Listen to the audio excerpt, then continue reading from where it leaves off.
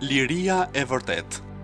Qenia njerëzore është krijesa më e zhvilluar dhe më e lartë mbi rrezullin e tokës, me energji pozitive, përpjekje dhe vullnet. Ajo mund të rritet në të gjitha dimensionet e saj, por si mund ta realizojë potencialin e saj të vërtet njerëzor, nëse njeriu i përqendron të gjitha energjitë e tij në kërkim të qëllimeve të ulta dhe ja kushton të gjitha forcat çështjeve të tilla. Zgjedhja e qëllimeve të gabuara dhe ndjekja e tyre i shtron gradualisht energjitë e njeriu, duke mos i lënë fuqi të mjaftueshme për udhëtimin drejt parajsës.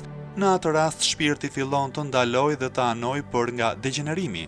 Në mënyrë graduale, aftësitë e tij të vetdijes dhe të diturisë arrin aq poshtë sa nuk i reziston asnjë pengese në rrugën e qëllimeve të pavlera dhe këmbgul në ndjekjen e kursit vetëshkatrues. Zhvillimi i unit që ka arritur në një shkallë të humanizmit zotëron një liri karakteristike. Njeriu që zotëron lirinë e vërtet, as nuk e përul veten, as nuk e humbet shkëlqimin e dinjitetit të tij njerëzor. Ai ndjen që jeta zotëron qëllime më të larta, të cilat janë më të dobishme se çdo gjë tjetër për t'u realizuar. Dëshirat nuk mund të dominojnë dëshirën dhe vullnetin e një personi të tillë dhe ta shtyjnë atë në ndonjë drejtim që ata duan.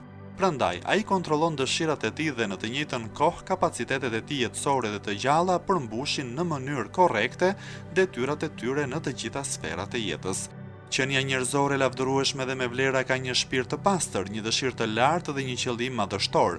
Pozita dhe vendi çdo individi duhet të vlerësohet me këtë kriter.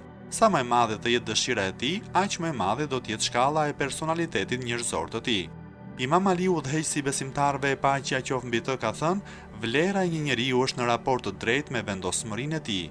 Gjëja e duhur për një njeri i cili ka zbuluar dinjitetin e tij njerëzor është ta mbajë veten të ndarë nga poshtërimet e jetës dhe fliqësitë e saj."